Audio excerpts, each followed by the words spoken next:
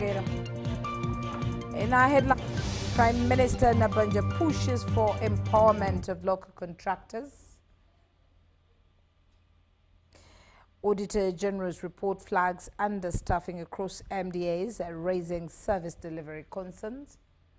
Parliament adopts NBFP amid calls for accountability and value for money. NRM's Patrcia Lukoma wins Northern Uganda Youth MP seat and joins the 12th Parliament.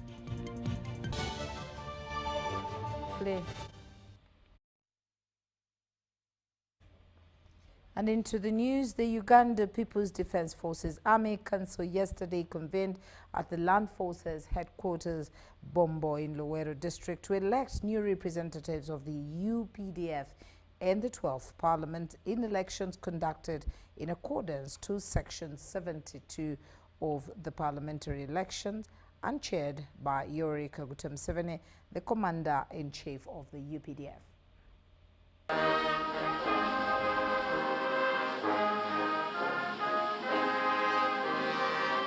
Uganda People's Defence Forces UPDF have elected their 10 representatives to the 12th Parliament following an Army Council meeting held at UPDF Land Forces headquarters in Bombo in Luweero district. Being the returning officer for election of Uganda People's Defence Forces representatives to Parliament, having added up the number of votes cast for each candidate in accordance with Section 72 of the Parliamentary Elections Act, Cap 177, I declare the following who have obtained the largest number of votes as elected. 1. Okiding Sam, 340 votes. Mujira James, 303 votes. Kavma Samuel, 282 votes. Gonyi David Robert, 266 votes. General Yoweri Kaguta Museveni, the Commander-in-Chief, chaired the Army Council that includes members of the High Command, senior officers, directors of services, and commanding officers of brigades and battalions. By virtue of the authority entrusted to me by Article 98, Clause 1 of the 1995 Constitution of the Republic of Uganda, was installing in authority. The wish of the NRM from the 1960s has been to okwemeka the people of Uganda population, to put them in charge of their country. 3 seasoned generals served in the 11th Parliament, bounced back in the 12th Parliament. That includes Lieutenant General James Mujira, Major General Henry Masiko, and Lieutenant General Sam Kavuma. I would like to commend and congratulate you, the members of the UPDF family, upon this successful electoral polling exercise. As we all witnessed, the voters were orderly and peaceful. Lieutenant General James Mujira is the Managing Director and CEO of the National Enterprises Corporation NEC. Major General Henry Masiko is the Chief Political Commissariat, while Lieutenant General Sam Kavuma is the Deputy Coordinator of Operations Wealth Creation. And with great humility, honor and respect, Your Excellency, I salute you. New faces include Major General James Kinawa, Major General Joseph Semwanga, Brigadier General David Gonyi, Colonel Knight Ikiliza, Colonel Sylvia Meme, and Colonel Christine Nekesa. And the way to do it is to have free and fair elections on the basis of one person, one vote by secret ballot. This has been a problem since 1962, 61 actually. We have been struggling to have one person, one vote. This is the first elections ever since the launch of the UPDF establishment, which is the comprehensive document outlining the new structural framework of the Uganda People's Defense Forces. That's why we introduced lineage behind candidates, because we wanted a method of elections which is not contestable, which is transparent. And you remember it helped us a lot in the creation of the LOCs. It was by lining up. With these few remarks, I congratulate everybody. I thank the Electoral Commission. I thank the Army leadership for what has been done. Congratulations, all of you. Meanwhile, General David Mhoz, General Katumba Amala, General Wilson Mbasumbadi, General Peter Erel, Brigadier Chaite Bainababu, and Lieutenant Colonel Dr. Jennifer Alanyo, among the faces who will be missed in the 12th Parliament. UPDF is allocated 10 seats in Parliament as a special interest group under Article 78 of the 1995 Constitution. The provision ensures that the matter remains connected to the national political process on matters of security, defense, and stability. Haruna Mtesasira, UBC News.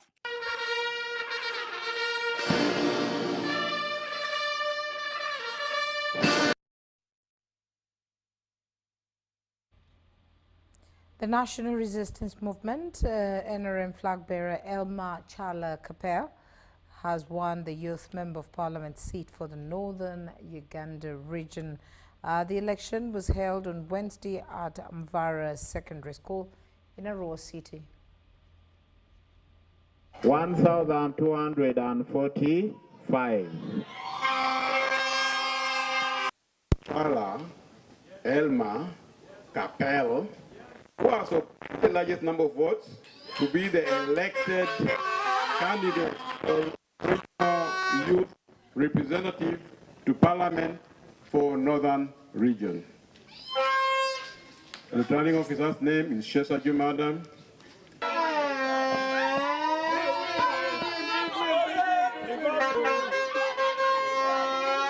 And we're here to work together to ensure that there's proper youth inclusion, to ensure that all the things I mentioned in my agenda are going to be fulfilled. Things about consultative leadership, things about impactful participation, to ensure that the youth of Northern Uganda are actually benefiting from what is rightfully theirs. And our youth leaders are also included and catered for whenever it comes to representation, especially on the floor of Parliament. The demographic of Northern Uganda, we have different kinds of farming. For example, in West Nile, you find we have people who are fishermen.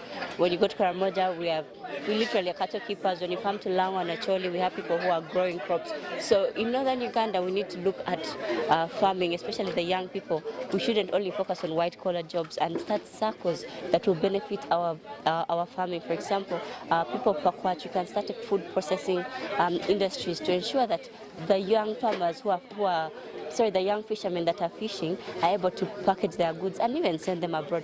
We don't have nang in other parts of Uganda, so it's something that should actually be tapped on. And all I can say is that the NRM as a party is extremely overwhelmed with the good news that is coming from all over Uganda. We have not only delivered the Northern Youth MP here, we have won massively in Western Uganda. The regional youth MP in Western Uganda, Tumine, is also a flag bearer of the NRM. In Central Uganda, Sam Bejire is also a flag bearer of the NRM. My young brother or son from Eastern Uganda, Wanyama, is also a flag bearer of the NRM, and today they have all won massively. That tells us that the victory or the recently acquired victories of the party in the presidential and member of parliament elections are real victories that show us that the Ugandans still believe and trust in the leadership of His Excellency Yoweri Kaguta Museveni.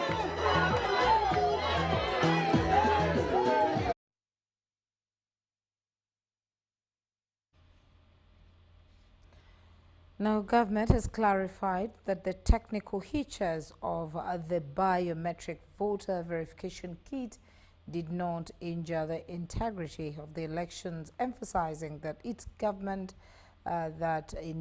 the government that initiated the BVV kits. and of course to ensure that one person, one vote. Let's hear more in this report.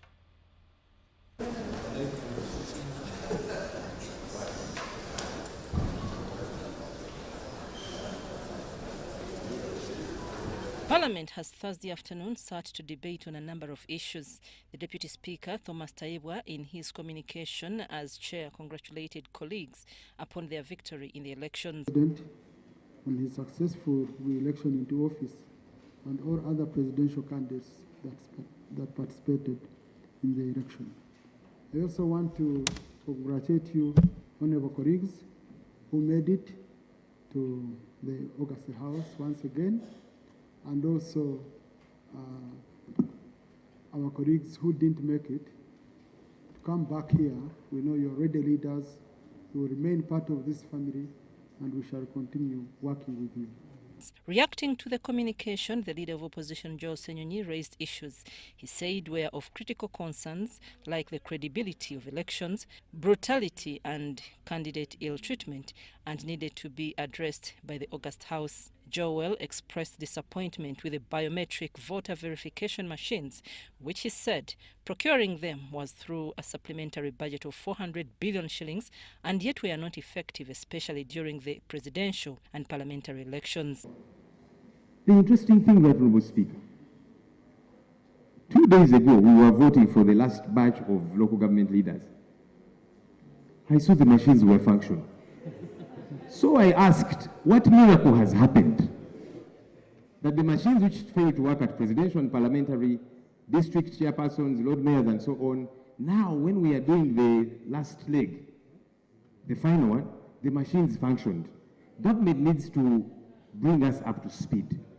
The Deputy Speaker, Thomas Tayebwa, said Minister for Justice and Constitutional Affairs will give an official statement, but after making clear consultations. It was saying they are even doing investigations. So I think that would give them, no, it is under Electoral Commission. So it's the Minister for Justice and Constitutional Affairs who is in charge of the Electoral Commission that should answer that one of the machines. The Minister for ICT and National Guidance, Dr. Chris Padiomonsi, said government received information about the technical hitches of the machines, however confirms that this did not affect the integrity of the elections. Unfortunately, on the day of voting, we got a report that there were technical hitches. I was given a report on phone as the Minister of ICT, but an agreement was made with the Electoral Commission that voting goes on using the manual register. And the failure for the machines to work on that day did not in any way injure the integrity of the exercise. Senyonyi alleges many members of the top leadership of the National Unity Platform were abducted. Government responded that it does not do abductions, and those with missing people should report to police. It is unacceptable that people get abducted and their whereabouts are not known for 1 day, for a week, come into 2 weeks. Why can't people be produced in court? Government needs to help us understand. Abductions, we don't abduct, we arrest. If you breach the law, you get arrested. And we can account for all those people under custody. They may delay to be produced, but we don't abduct as government. Cases of those you are saying have been abducted, I cannot confirm here that someone has been abducted because there is a law on missing persons. If your dear one goes missing for a number of days, the law requires you to report to police. On security agencies' presence at Robert Chagulanyi's home, government responded that the light deployment was to ensure that the home does not become a public disorder hub. Yesterday, his siblings tried to access his home. After, the minister again said, no, all is well, people can access. His siblings went there yesterday. And police officers, several of them deployed there, they said, we don't have authority to allow anybody to access his place. That, first of all, a prison presupposes that there are prisoners in a premise. That home is not a gazetted prison. The Honorable Chagulanyi himself is not there. Light deployment at his home, not to harass anybody,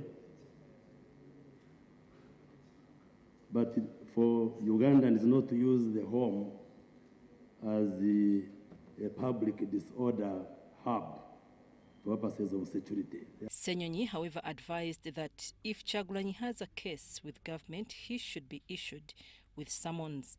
Government, however, responded that there is no case it has on Kyagulanyi and it is not interested in him. He went into hiding by himself. I'm Nafka Farida and Dan Lugemwa at Parliament.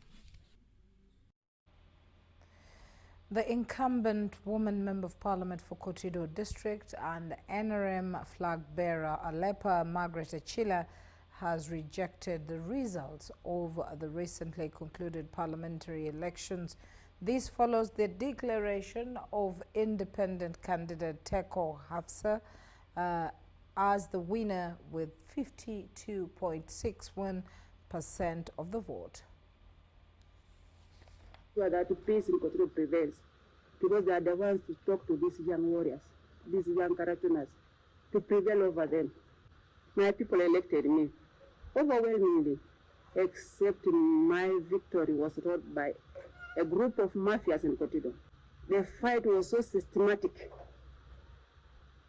At the end, I realized I'd lost, which I'm not satisfied with the reverse. I'm not ending there because my victory was robbed. I am going ahead to challenge these results. Sooner or later, I'm going to petition to make sure that law takes its course, to ensure that we reclaim back our victory. You very well know how much I have served you, and you are still interested and love that I remain your leader. So thank you for all the votes you have given me, but I'm going to follow up with the victory that has been stolen from us by this mafia.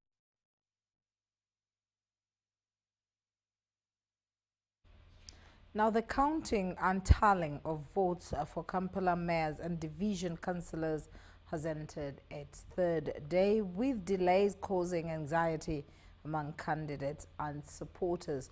Now, while some results have been announced, tension has escalated at the tally centre, particularly over the Kawempe division mayoral race. Let's hear more in this report.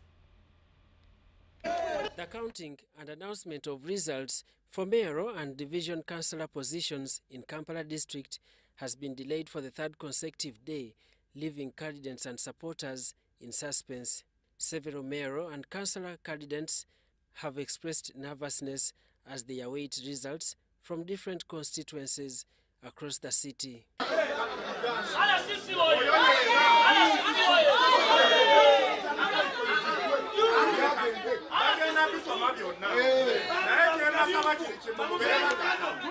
In Nakawa Division, Kampala District Returning Officer Jennifer Chobtunji announced the National Unity Platform candidate Ali Bukeni, popularly known as Nubian Lee, as the winner of the Nakawa mayoral seat.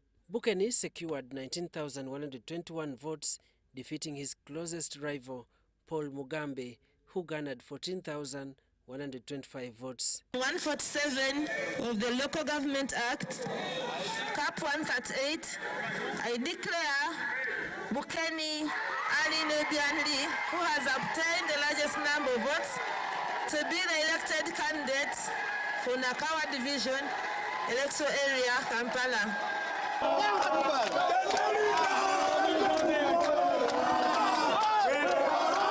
Gala okwebaza mukyala wange ono Salha Buken Ali era nga byonna abaddewo nga abeerawo okulaba nti nno tutambula tunoonya akalulu nti beesize meya waffe omupya Buken Ali Nubian Lee tuminamu nnyo essuubi. Nubian Lee is a very thoughtful individual. He's a leader in every sense. Very creative era tuminamu nnyo essuubi. In Lubaga Division, Zaki Ndaula Mberaze was declared the winner of the mayoral race after polling 30,731 votes. He defeated NRM candidate Charles Semogiriri, who obtained 8,693 votes, while Democratic Front candidate Moses Kasibante was left lagging behind. I declare Mberaze Zachi Maula, who has obtained the largest number of votes, to be elected candidate for Ruwaga Division, Electoral Area, Kampala Electoral District. Bano mbebaziza nnyo okusooka ddala okumpa akalulu akangi bwe katyo ate n'okumpa obwagizi obwonna nkubidde waggulu nnyo era nsaba bano baga nti ngenda baweereza bulungi we natandikira bwe ngenda okwongereza ate n'ebyo bitana kuggwa bigenda kuba bikoleddwa mu kisanja kino ekya 2026 paka 2031. However, the announcement of some councillor results was met with anger as several defeated candidates accused electoral committees of announcing what they termed as incorrect results. Heated verbal exchanges ensued before security forces intervened to calm the situation.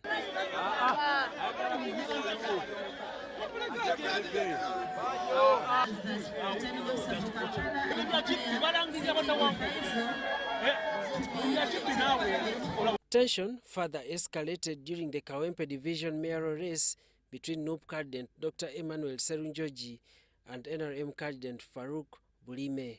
Although returning officer Jennifer Chob Tunji initially prepared to announce the winner, she suspended the process, citing unresolved issues, a move that heightened tension on both sides.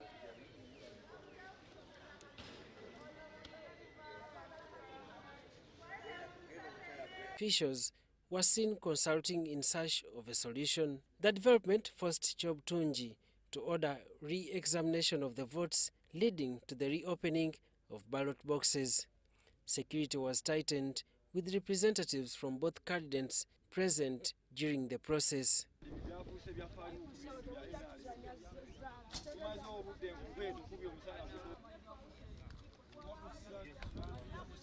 After nearly 7 hours, Jennifer Chob Tunji declared Dr. Emmanuel Serunjoji of the National Unity Platform as the winner with 23,715 votes, defeating Farouk Bulime of the NRM, who polled 18,483 votes. I declare Serunjoji Emmanuel, who has obtained the largest number of votes, to be elected candidate for Kawempe Division,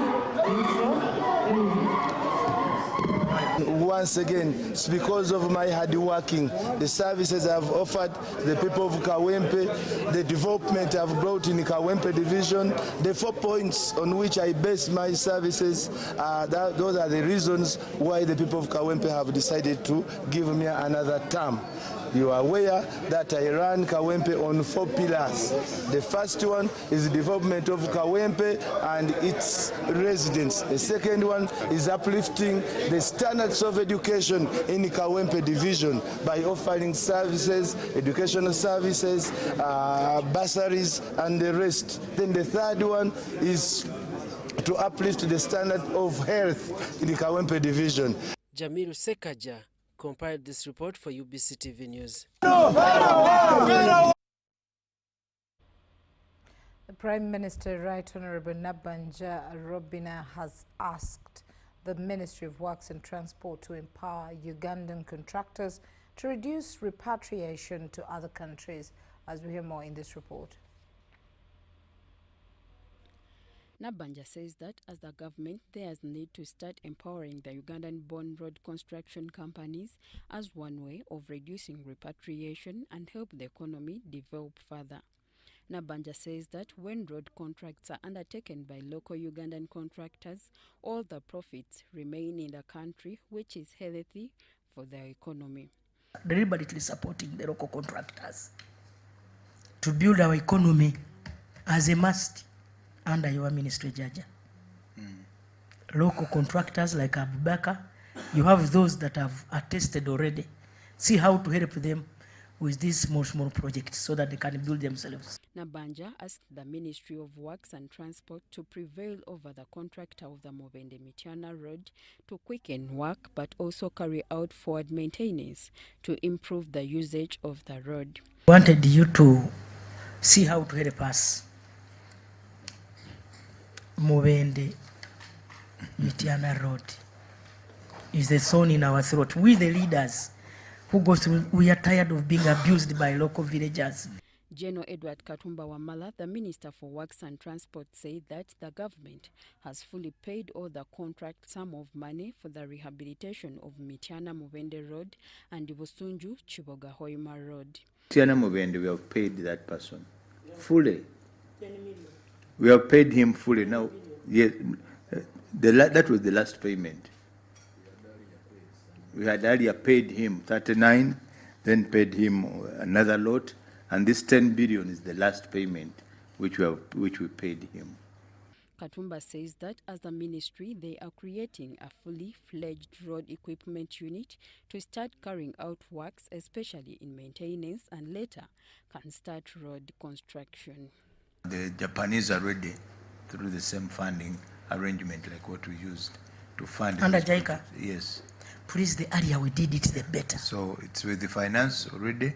I'm told Rwanda is copying. And also in that package there is equipment for KCCA and the cities, so that they can also address issues of potholes in their municipalities. State Minister for Finance Henry Musasizi says that the ministry has made significant financial releases to enable works on the roads. As the Minister of Works has stated, out of the 1.6 trillion, so far 500 billion has been released. Meanwhile, the chairperson of the National Planning Authority of Uganda, Dr. Pamela Mbabazi, emphasized the need to have special consideration of Ugandan contractors in the management of government projects. I would like that you have a deliberate plan to empower local contractors. So we are happy to come and work with you, but to see that we deliberately, just like Muse is helping to get coffee, you big people, let's also try to get contractors that are Ugandan. In a related development, the Prime Minister also held a follow-up meeting on the progress of the revitalization of Wadalei irrigation scheme in Patrcia district that had stalled.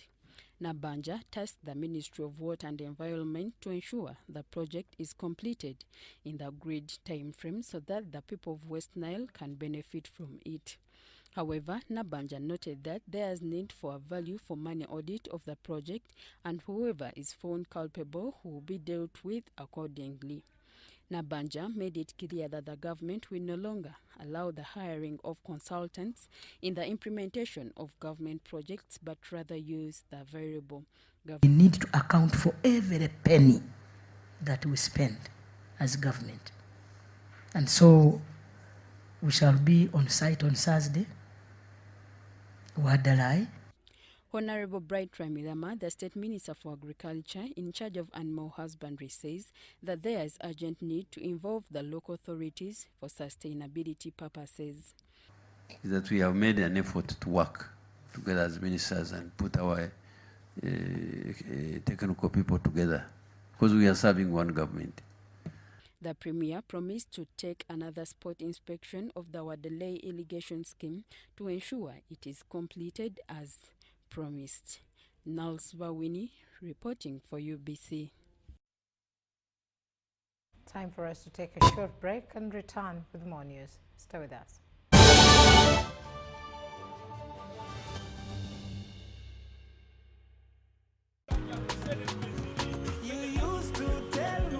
I don't make you happy. All that time you would be complaining.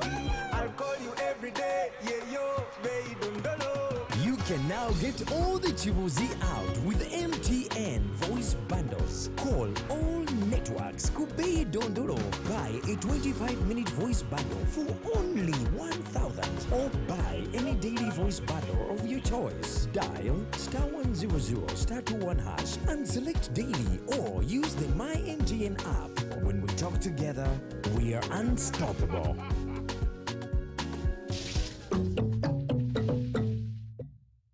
This is our home, our land, our Uganda. From the rolling hills to the busy streets, from the farmers in the fields to the students in classrooms, we are one people. Elections are a time to choose our leaders, not to fight our brothers and sisters. When violence enters the ballot box, the future of our country is wounded. But when peace leads the way, our nation grows stronger. On election day, choose unity over diversion, respect over hatred, and dialogue over distraction. Love your country, protect your fellow citizens, stand for peace, and say no to electoral violence. This message is brought to you by the Global Election Observation Mission, GEOM, in partnership with the Uganda Electoral Commission. Informed citizens, strong nation. Starting with 100,000 shillings, you begin building real financial strength, because wealth doesn't just happen. You build it. And the ones who start early end up ahead. Every deposit, every month, every little increase. This is how your money grows into wealth. Put your money to work with the experts at SBG Securities. Partner with us today on your investment journey. SBG Securities.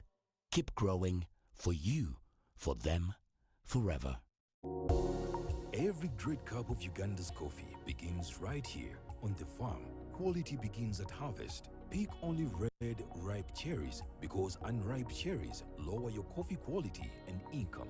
After harvest, protect that quality. Dry your coffee clean on tarpaulins, raised beds, or cemented surfaces, never on bare ground.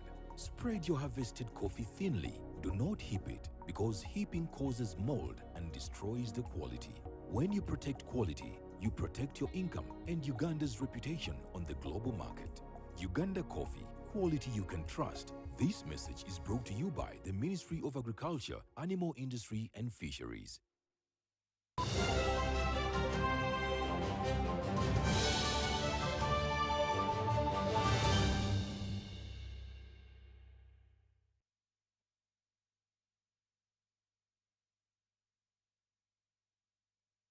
Now, the Office of the Auditor General has cited understaffing in ministry departments and agencies that hinders adequate service delivery to be rendered to Ugandans. The Auditor General, Edward Akol, notes that 46% gap of the required human resource in these MDAs were on the required 658,000 staff. Only 356,000 were available. Over 6,000 audits were conducted by the Office of the Auditor General as per the 2024-2025 Annual Audit Report. The report highlights splitting of procurement in government MDAs. The AG noted 74 procurement requirements worth 158 billion relating to various supplies, services and works were split, which could have been under a single contract. That while significant efforts have been made to improve public procurement management, a number of shortcomings remain unaddressed, and these include variations incurred by government entities for common use goods and services. What I mean here is that a computer in one ministry has a different cost in another ministry. In certain instances, it goes up to about 100%. The same goes for construction of government buildings and road infrastructure, where significant differing costs were noted per square meter or kilometer constructed. There is also low level of implementation of procurements and absence of multi-year procurement plans, as well as implementation of unplanned procurements. The report further indicated that some government MDAs failed to embrace the electronic government procurement system. The system in itself also faces a number of operational challenges, such as system access limitations, data duplication, and reporting constraints.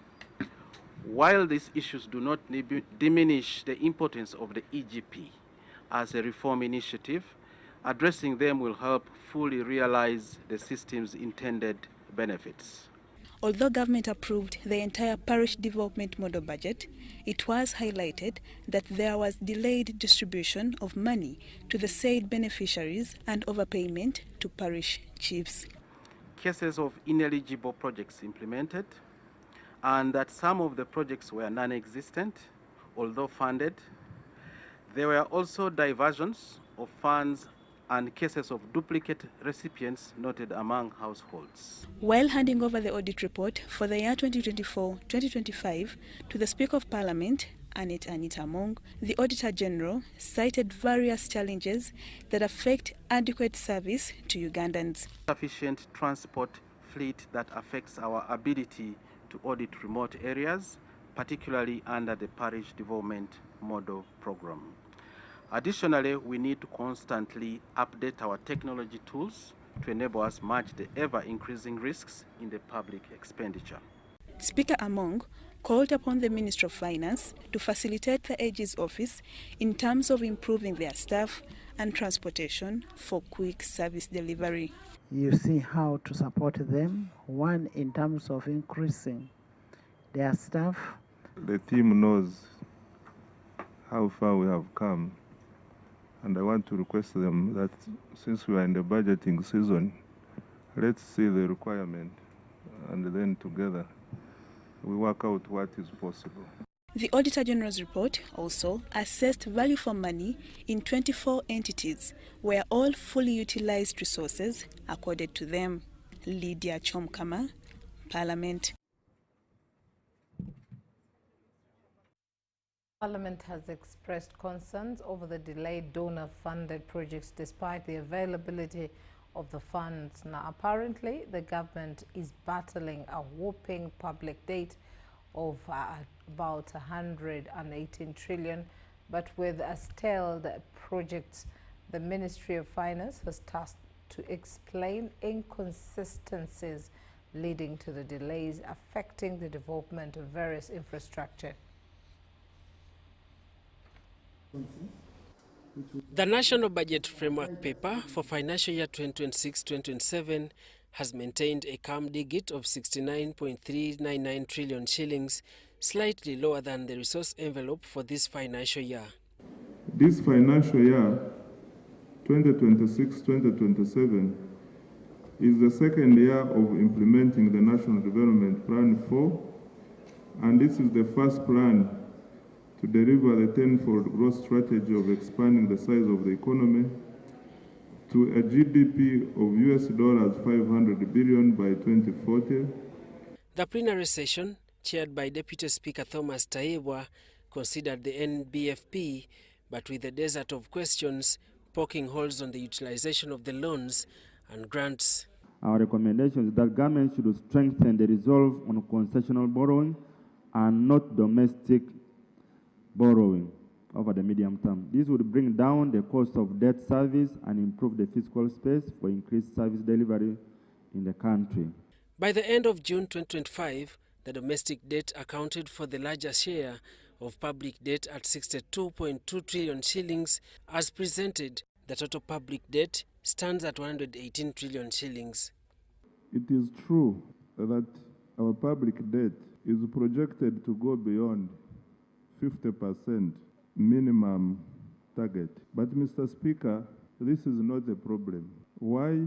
Because our numbers continue to show that our debt obligations are manageable now and also in the long term. The House further developed interest on the minority report presented by Ibrahim Semujunganda, who interested the MPs on the list of a section of stalled projects which secured funding through loans. Kampala flyover construction, finance says it has stagnated. Kampala City Roads rehabilitation, they are now revising it. The time elapsed, they are revising it. And you know each revision comes with money. Multinational Kapchorwa, Suyam Kitare and Eldoret bypass. This one has almost been completed, but after a delay.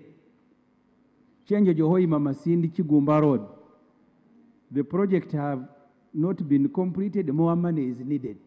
The Minister of State for Finance, General Duties, Henry Musasizi, reveals that some projects take off with issues, including lack of feasibility studies, while others change design. Musasizi adds that some projects have not had counterpart funding, accepting the blame on the side of the government. I commit that this weakness of delayed projects will not continue happening. I want to use this example of Busegampigi. Busegampigi, this is one of the projects. After the minority report raised a red flag on the unfinished donor-funded projects, The Deputy Speaker of Parliament, Thomas Tayebwa, highly advised that the sector of committees processing loans ensure that the commitments to counterpart funding are considered to avoid further delays of projects.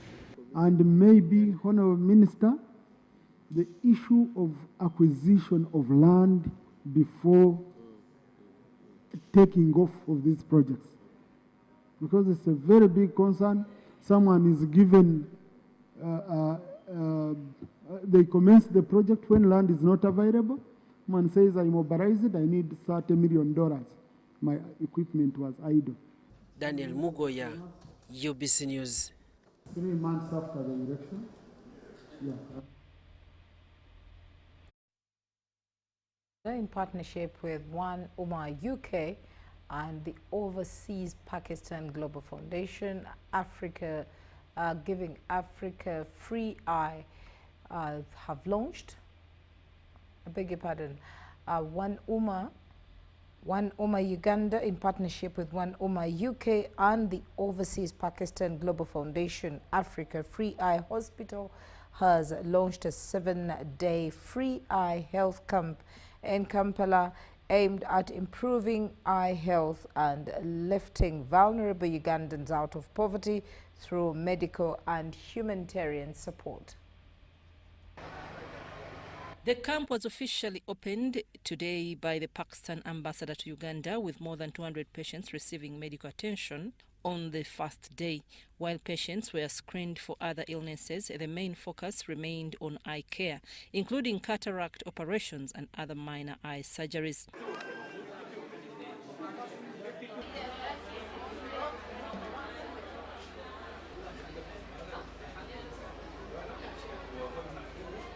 Shabib Mahmoud Alvi, Vice President OPGFA, said since their arrival in Uganda, they have treated over 70,000 patients with minor eye procedures and conducted more than 10,000 successful eye surgeries across the country, especially in northern Uganda, Busoga and Buganda regions. We offer to everyone in our beloved country, if they have a problem in eye curtain, we will work upon them. Our aim is to reduce this eye disease in the country. So far, around 10,000 surgeries we have done, which are all of them successful.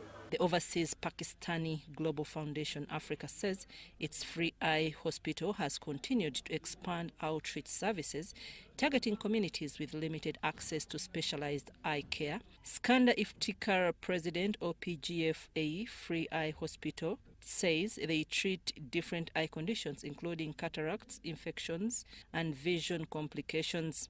All services are provided free of charge. Their aim is to ensure that Ugandans are free from preventable eye problems. Motto is Cataract Free Uganda. We started this mission last 5 years, from 2021 and up to 2030. Our mission is Cataract Free Uganda. By the grace of Allah, up to now we have done successfully more than 10,000 surgeries. And we have attended people 71 can do foreign body, complete check of the eyes, and also cataract surgeries. Also, next phase we're going to treat also glaucoma, inshallah. One Umar Uganda and Umar UK representative organized this health camp because many of the patients suffering from eye problems are elderly and vulnerable. By restoring their sight, they help them regain dignity and independence. It's a disease for eyes, and before anyone is operated for a cataract surgery, you have to first be examined other diseases which are chronic, like hypertension, like diabetes, like ulcers, like high blood or low blood pressure.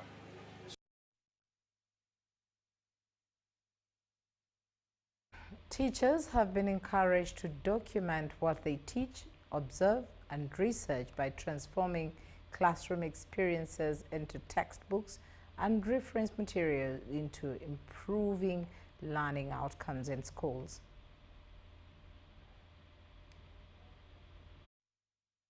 As the education sector increasingly adapts technology to enhance standards, primary and secondary school teachers have been cautioned to use social media and messaging platforms responsibly as sources of information for teaching and learner engagement. The Assistant Commissioner for Primary Education, Robert Ekwapu, represented the Permanent Secretary of the Ministry of Education and Sports, Dr. Patrcia Lukoma, at the capacity building workshop on school book development held at Bishop Willis Co-Primary Teachers College in Iganga on January 28, 2026. The critical link between curriculum content and learner understanding and their capacity must be continually strengthened.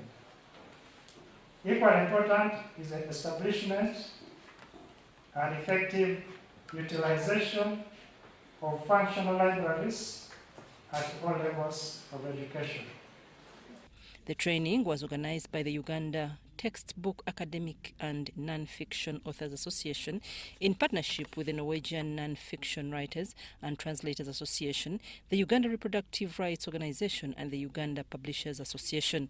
Dr. Patrcia Lukoma commended the initiative, noting that equipping teachers and authors with practical skills in manuscript development is critical to producing high-quality learning materials for both primary and secondary schools. The Ministry of Education and Sports looks forward to engaging with and improving and approving higher quality teaching and learning materials that emerge from this initiative. This was during the opening of a capacity building workshop for school book authors organized under the Uganda Textbook Academic and Non-Fiction Authors Association School Books Project held at Bishop Willis Teachers College in Iganga. The host and chairperson of the Uganda Textbook Academic and Non-Fiction Authors Association, Professor L. Sam Magara, said the project aims to expand access to quality textbooks through strategic collaboration with the Ministry of Education and Sports. What would have loved that all the people that have been trained, for example, the fifth and so, when their manuscripts are selected, they are all are supported. Also, we need to, from this network, from this sample program that we have used, we need to do the more capacity building in the country. So the government can, if possible, they can provide that part. He noted that strengthening authorship capacity is a deliberate effort to improve teaching and learning outcomes, and explained that the School Books Development Project is designed to build a skilled, sustainable local educational publishing industry capable of serving schools nationwide. Issues of copyright, plagiarism, how to use the AI, how to adapt the AI, and so on. And also the practice. So they should be able to identify a topic. They should be able to identify, to write a concept, and also ask different questions. The capacity building workshop was also addressed by a representative from Norway Collaborating Organization and the Norwegian Non-Fiction Writers and Translators Association. You have an obligation, you have a task, and I have full confidence in you that you will deliver and write together wonderful new school books for the kids. The training workshop attracted authors, editors, teachers and publishers from the Busoga sub-region and neighboring areas, and was hosted at Bishop Willis Teachers College in Iganga. I'm going to be able to write quality materials, educational materials that are going to help our younger ones in their teaching and learning processes. We are undertaking on this training to improve on the books and manuscripts that we have first published, so that the students' books can be enriched with content that can meet the demands of the competence-based curriculum.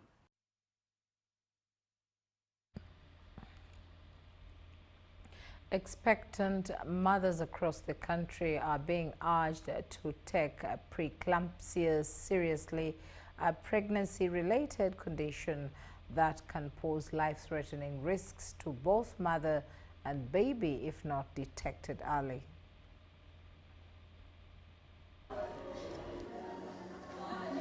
In Uganda, preeclampsia remains one of the leading causes of maternal deaths, contributing significantly to complications during pregnancy and childbirth.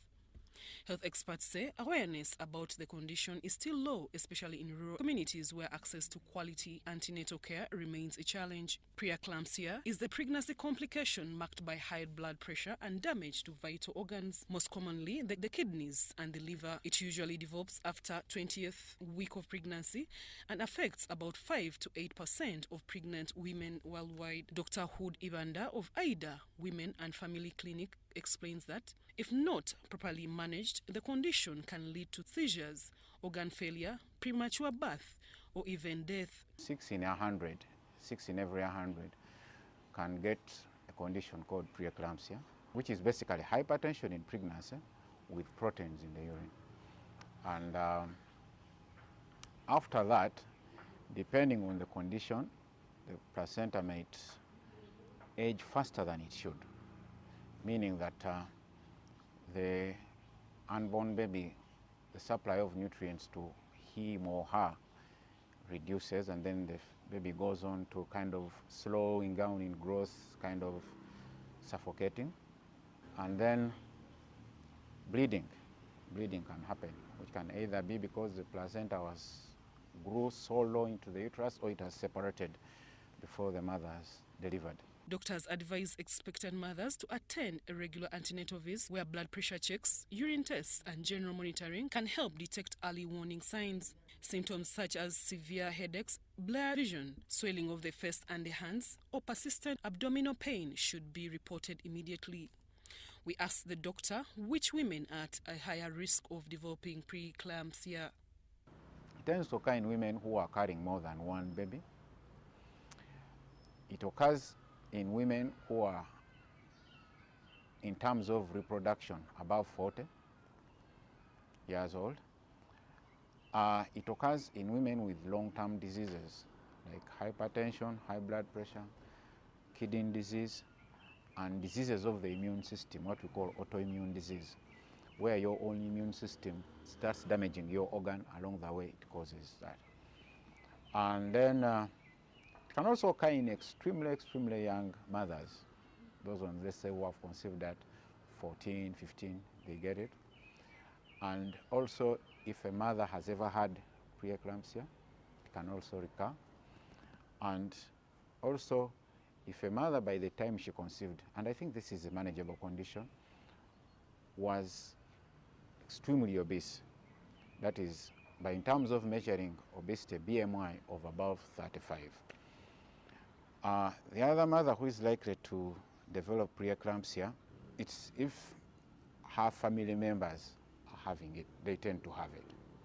So those people can have preeclampsia. Medical experts explain that preeclampsia is classified into early onset and late onset types. Early onset preeclampsia develops before 30 weeks of pregnancy and is often more severe, while late onset occurs after 34 weeks and is more common but still dangerous if ignored. The other difference between them is that the early onset preeclampsia tends to be very dangerous. The outcomes tend to be very bad. Why? Because, like we said at the beginning, to treat preeclampsia, you need to deliver the baby and the placenta. Yet before 34, with our healthcare system, which is yet to be advanced, you are not only having a very sick mother with high blood pressure and organ damages caused by the hypertension, the baby is also very young. And many times, these mothers are carrying very precious baby. That you are to choose between the two, the late onset is bearable. Why? Because, like we said, to cure it, delivery of the baby and placenta is what cures preeclampsia. And yet, in this case, the baby has achieved a degree of maturity that would enable it to survive with minimal help.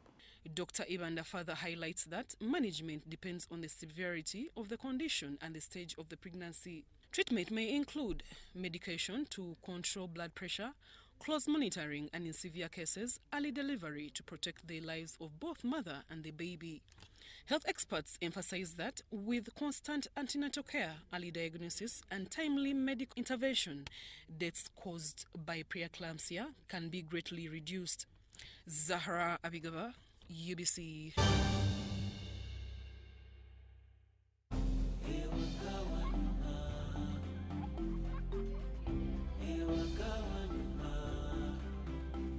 Welcome home to entertainment. To Wi-Fi everywhere.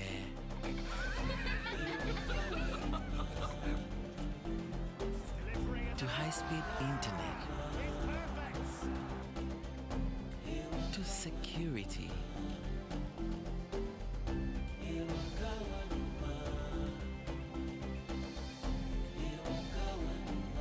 To first-class support.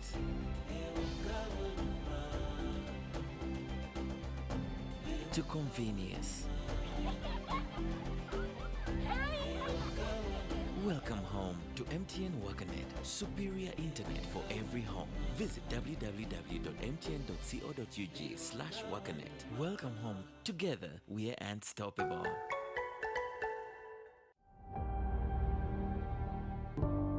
Unisteel Investment Uganda Limited, shaping the future of steel in East Africa and beyond. With an investment of over $100 million and a production capacity of 300,000 metric tons per annum, Unisteel is setting new standards in steel manufacturing. At our state-of-art facility, we produce TMX rebars, branded Unis TMX 500 CWR, and high-quality wire rods using only imported virgin steel billets. Every batch is tested and tracked for unmatched quality assurance. Our steel powers the region's most ambitious projects, from dams, skyscrapers, to bridges and beyond. Unisteel, superior quality, trustworthy choice. Starting with 100,000 shillings, you begin building real financial strength, because wealth doesn't just happen, you build it. And the ones who start early end up ahead. Every deposit, every month, every little increase. This is how your money grows into wealth. Put your money to work with the experts at SBG Securities. Partner with us today on your investment journey. SBG Securities. Keep growing for you, for them, forever.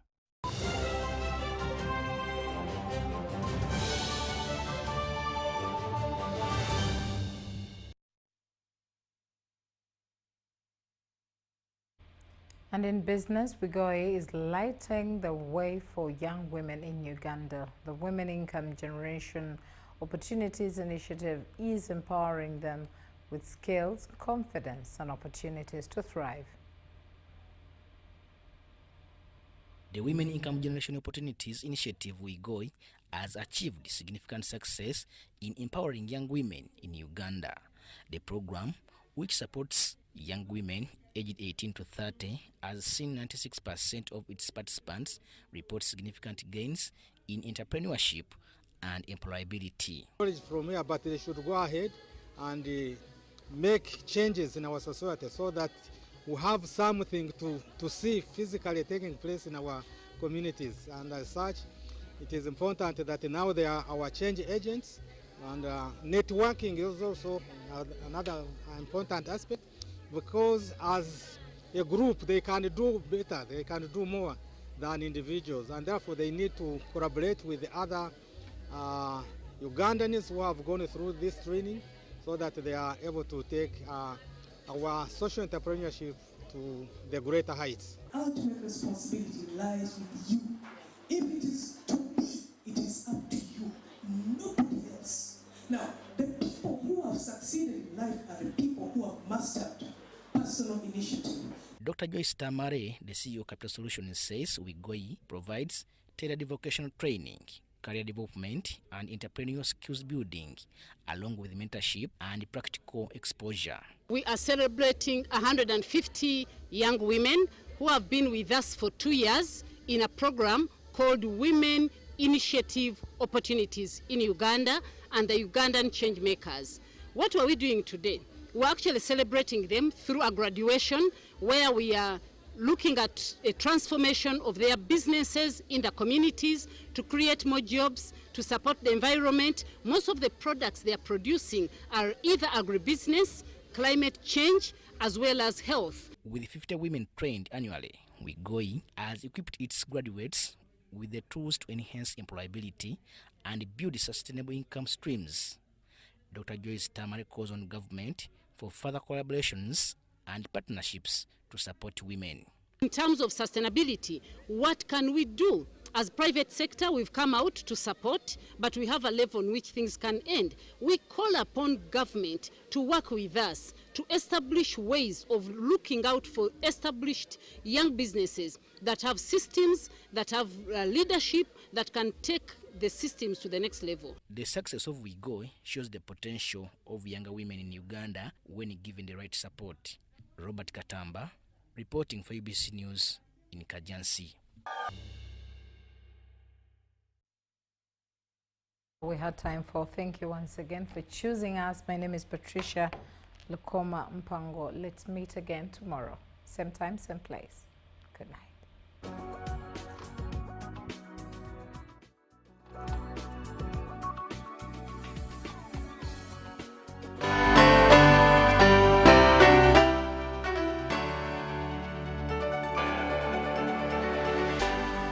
UBC, inspiring Uganda.